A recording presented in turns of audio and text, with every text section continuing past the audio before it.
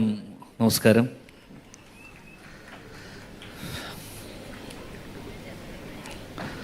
ആദ്യമായിട്ടാണ് കൊടുങ്ങല്ലൂരിലൊരു പരിപാടിക്ക് വേണ്ടി വരുന്നത്. എനിക്ക് തോന്നുന്നു യാത്രകൾക്കിടയിൽ അല്ലെങ്കിൽ പാസ് ചെയ്ത് പോകുക എന്നല്ലാതെ ആദ്യമായിട്ടാണ് ഇതുപോലൊരു പരിപാടിക്ക് വേണ്ടി വരുന്നത്. കൊടുങ്ങല്ലൂരിനെ പറ്റി ഒരുപാട് കേട്ടിട്ടുണ്ട്, ഇവിടുത്തെ ആൾക്കാരെക്കുറിച്ച് ഒരുപാട് കേട്ടിട്ടുണ്ട്. മിനിസ്റ്റർ പറഞ്ഞ പോലെ ആദ്യം ഞാൻ മിനിസ്റ്ററിനെ വിളിച്ചപ്പോൾ ഞാൻ ഇതേപോലെ പറഞ്ഞു, എനിക്ക് ഇങ്ങനെ കുറച്ച് തിരക്കുണ്ട്, അപ്പോൾ എനിക്ക് വരാൻ സാധിക്കുമെന്ന് തോന്നുന്നില്ല.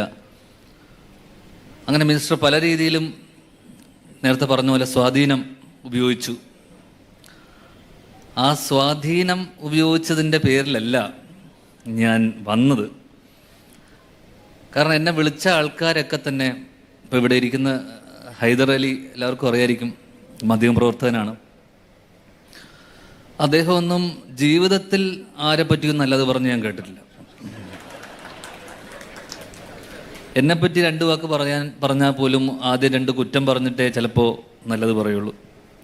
അപ്പം എന്നോട് പറഞ്ഞത്, ഓജെ നമ്മുടെ അനിയനാണ്, നമ്മുടെ സഹോദരനാണ്, നമ്മളാണ് ഇവിടെ PR-ഉം പരിപാടിയൊക്കെ ഇലക്ഷൻ്റെ സമയത്ത് ചെയ്തത്.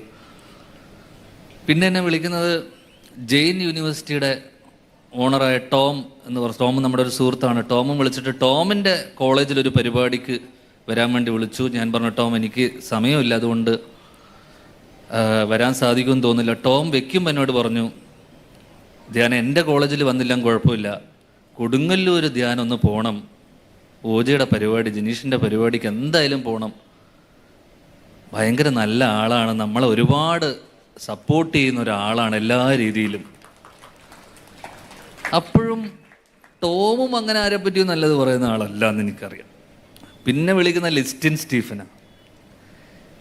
ഇവരൊക്കെ വിളിച്ച ഈ സ്വാധീനം ചെലുത്തിയ ആൾക്കാരൊക്കെ പ്രശ്നക്കാരാണ് സത്യം പറഞ്ഞ. അവരൊക്കെ പറഞ്ഞത്, നല്ലത് പറഞ്ഞത് അദ്ദേഹത്തിനെ പറ്റിയും. അപ്പോൾ എനിക്ക് പോകണമെന്നുണ്ട്. അപ്പോൾ പിന്നെ ഇനി എന്നെ വിളിക്കുമോ, ഞാൻ ഓൾറെഡി വരില്ല എന്ന് മിനിസ്റ്ററോട് നേരിട്ട് പറഞ്ഞ സ്ഥിതിക്ക് ഇനി എന്നെ വിളിക്കുമോ? അപ്പോഴേ, കാരണം പൊതുവെ ഒരു രാഷ്ട്രീയക്കാരെ പറ്റി എന്തായാലും ഒരു ഭിന്ന അഭിപ്രായം, 2 അഭിപ്രായങ്ങളും ഉണ്ടാവും. പക്ഷെ ആദ്യമായിട്ടാണ് ഒരാളെ പറ്റി എല്ലാവരും നല്ലത് പറയുന്നത് കേൾക്കുന്നത്.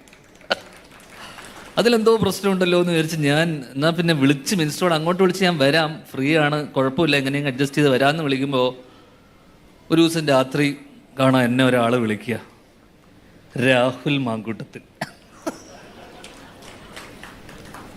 എക്സ് യൂത്ത് വിങ് പ്രസിഡൻ്റാണ്, എക്സ് MLA ആണ്. അപ്പോൾ രാഹുൽ വിളിക്കുമ്പോൾ ഞാൻ, രാഹുൽ എന്താണ് വിശേഷം എന്ന് പറയുമ്പോൾ, ഞാനേ ജനീഷിൻ്റെ പരിപാടിക്ക് പോയേ പറ്റൂ, രാഹുലും. അപ്പം ഞാൻ പറഞ്ഞു, രാഹുലെ, അപ്പം ഞാൻ ഏകദേശം ടോമും ലിസ്റ്റിനൊക്കെ വിളിച്ചു കഴിഞ്ഞ് നിൽക്കുന്നതുകൊണ്ട് ഞാൻ പറഞ്ഞു, ഞാൻ എന്തായാലും സമയം കണ്ടെത്തി വരാം. അപ്പം ഞാൻ രാഹുലിനോട് പറഞ്ഞു, രാഹുൽ വരൂലെന്ന് ചോദിച്ചു. പിന്നെ ഫോൺ കട്ടിയതാണ് രാഹുൽ. അതുകൊണ്ട് രാഹുലിന് മുങ്ങിയല്ലേ ഈ വഴി. രാഹുൽ ഈയിടെയായിട്ട് എന്തോ പൊതുപരിപാടികളൊന്നും പങ്കെടുക്കില്ല എന്ന് കേട്ടു, എന്നറിയില്ല. എന്തായാലും മിനിസ്റ്ററിൻ്റെ PA പറഞ്ഞ കേട്ടോ, അപ്പോൾ രാഹുൽ പൊതുപരിപാടികൾ വരാൻ കുറവാണ്, അങ്ങനെ കേട്ടു. അപ്പം ഞാൻ വരാൻ കാരണം ഈ സ്വാധീനമൊന്നുമല്ല, അദ്ദേഹം നേരത്തെ പറഞ്ഞ പലരും അദ്ദേഹത്തിനെ പറ്റി പറഞ്ഞതും, നേരത്തെ അദ്ദേഹം പറഞ്ഞ പോലെ ഞാൻ ചോദിച്ചു, ആദ്യമായിട്ടാണ് അദ്ദേഹം ഒരു ഇലക്ഷനിൽ മത്സരിക്കുന്നത്. ഫസ്റ്റ് ഇലക്ഷനിൽ തന്നെ MLA ആവുന്നു, അതുതന്നെ വലിയൊരു കാര്യം. ഫസ്റ്റ് ഇലക്ഷനിൽ തന്നെ മന്ത്രിയാവുന്നു, അതിനേക്കാളും വലിയൊരു കാര്യം. ഒരു ഓണം ബമ്പറും കൂടെ എടുക്കുകയാണെങ്കിൽ അതും അദ്ദേഹത്തിന് അടിക്കുന്നുള്ള കാര്യത്തിൽ യാതൊരു സംശയവും വേണ്ട. കാരണം ഭാഗ്യവാനാണ്, നിങ്ങളുടെ നാടിൻ്റെ ഭാഗ്യമാണെന്ന് പറയാം. എന്നേക്കാളും പ്രായത്തിൽ ചെറുതാണ്, ഞാൻ ആദ്യമായിട്ടാണ് എന്നേക്കാളും പ്രായത്തിൽ ചെറുതായൊരു മന്ത്രിനെ കാണുന്നത്. എനിക്ക് തോന്നുന്നു ഈ വർഷത്തെ ക്യാബിനറ്റ് എടുത്ത് നോക്കിയാൽ തന്നെ എനിക്ക് തോന്നുന്നു അദ്ദേഹത്തിന് അർഹതപ്പെട്ട യുവജനക്ഷേമം, സ്പോർട്സ് അല്ലേ. കാരണം ഈ പുറത്തൊക്കെ നമ്മൾ വിദേശത്തൊക്കെ, ഞാനിപ്പോൾ അടുത്ത് സിംഗപ്പൂര് ഇടയ്ക്കിടയ്ക്ക് പോകാറുണ്ട്. പക്ഷേ ഇപ്പം അടുത്ത് ഞാനൊരു പരിപാടിക്ക് പോയപ്പോൾ അവിടെയൊക്കെ എങ്ങനെയാണെന്ന് വെച്ച് കഴിഞ്ഞാൽ അവിടുത്തെ മന്ത്രിമാരൊക്കെ ഈ ആരോഗ്യവകുപ്പ് കൈകാര്യം ചെയ്യുന്നത് ഡോക്ടറായിരിക്കും. എന്ന് വെച്ചാൽ ഹൈലി ക്വാളിഫൈഡ് ആയിട്ടുള്ള മെറിറ്റിലാണ് അവർ അവിടുത്തെ മന്ത്രിമാരെ എലക്ട് ചെയ്യുന്നത്. എന്ന് വെച്ച് കഴിഞ്ഞാൽ ആരോഗ്യവകുപ്പ് വിദ്യാഭ്യാസം കൈകാര്യം ചെയ്യുന്ന മിനിമം PhD അല്ലെങ്കിൽ ആ ലെവലിൽ ടാലൻറ്റും പൊട്ടൻഷ്യലുള്ള ആൾക്കാരെയാണ് അവർ മിനിസ്റ്റേഴ്സായിട്ട് ചെയ്യുന്നത്. നമ്മുടെ നാട്ടിൽ ഭയങ്കര ഐറണിയാണ്. കാരണം 8ാം ക്ലാസ് തോറ്റ വിദ്യാഭ്യാസ മന്ത്രിയായിരിക്കും ചിലപ്പോൾ ചില സാഹചര്യങ്ങളിൽ. ഒരു ആരോഗ്യത്തിനെക്കുറിച്ചോ ഈ വകുപ്പിനെക്കുറിച്ചോ ഒരു അറിവുമില്ലാത്ത മന്ത്രിമാരായിരിക്കും ചിലപ്പോൾ ആരോഗ്യ വകുപ്പ് കൈകാര്യം ചെയ്യുന്നുണ്ടാവുക. പക്ഷെ എനിക്ക് തോന്നുന്നു OJയുടെ മിനിസ്റ്ററിൻ്റെ കേസിൽ ഇപ്പോൾ ഒരു റൗണ്ട് അവിടം വരെ 100 മീറ്റർ ഓടാൻ പറഞ്ഞാലും അദ്ദേഹം ഫിറ്റാണ്. അതാണ് നേരത്തെ പറഞ്ഞത്, ഇവിടുന്ന് ഇതെല്ലാം ശരിയാക്കി എല്ലാം കൊടുത്തിട്ടേ ഫോണുള്ളൂ എന്ന് പറയുമ്പോഴും അതിനകത്തൊരു സ്പോർട്സ്മാൻ സ്പിരിറ്റ് ഉണ്ട്. അതെന്നോടിപ്പോൾ കയറുമ്പോഴും അതാണ് പറഞ്ഞത്. അല്ലേ നാളെ ഇതെല്ലാം ശരിയാക്കി കൊടുത്തിട്ടേ പോവുള്ളൂ അവിടെയുള്ള എല്ലാം. അതിനോടൊപ്പം ഇന്നൊരു പ്രഖ്യാപനം നടത്തി 50 ലക്ഷം രൂപ ഈ സ്കൂളിൻ്റെ ഇതിന് വേണ്ടിയും പ്ലസ് ഒരു കോടി 50 1 കോടി രൂപ. അപ്പം അത്തരത്തിൽ എനിക്ക് തോന്നുന്നു ഫിറ്റായിട്ടുള്ള യുവജനങ്ങൾക്ക് വേണ്ടി അദ്ദേഹം തന്നെ ചെറുപ്പക്കാരനാണ്. അപ്പോൾ അദ്ദേഹം കൈകാര്യം ചെയ്യുന്ന വകുപ്പും എനിക്ക് തോന്നുന്നു അദ്ദേഹത്തിന് ഏറ്റവും ആപ്റ്റായിട്ടുള്ളൊരു വകുപ്പുമാണ്. എനിക്ക് തോന്നുന്നു കേരളം ഒട്ടാകെ എടുത്താൽ പോലും ഇങ്ങനെയൊരു ഓണപ്പരിപാടി എനിക്ക് തോന്നുന്നു കൊടുങ്ങല്ലൂരിലല്ലാതെ വേറെ എവിടെയും കേരളത്തിൽ നടക്കുന്നില്ല എന്നുള്ളതാണ് സത്യാവസ്ഥ. ആദ്യത്തെ ദിവസം രമേശ് സാറ് ചെന്നിത്തല വരുന്നു, രമേശ് പിഷാരടി, ആൻ്റണി പെപ്പെ വരുന്നു. അപ്പോൾ ഇതുപോലൊരു പരിപാടി വിജയമാക്കി തീർക്കേണ്ടത് അദ്ദേഹത്തിൻ്റെ ആദ്യത്തെ ഇലക്ഷന് ശേഷം അദ്ദേഹം ചെയ്യുന്ന ആദ്യത്തെ പരിപാടി. അപ്പം ഞാൻ പറഞ്ഞു അടുത്ത വർഷത്തെ പരിപാടി ഇതിനേക്കാളും വലിയ നിലയിൽ അഴകിയ രാവണൻ അച്ഛൻ പറയുന്ന പോലെ വരുന്നവർക്കൊക്കെ 100 രൂപ വെച്ച് കൊടുക്കും എന്ന് പറഞ്ഞ പോലെ അടുത്ത തവണ 1 കോടി എന്നുള്ളത് 5 കോടിയാവും, 5 കോടി അതിനപ്പുറം 10 കോടിയാവും. വരുന്നവർക്കൊക്കെ ഒരു 5000 രൂപ വെച്ച് സമ്മാനവും OJ തരുന്നതായിരിക്കും.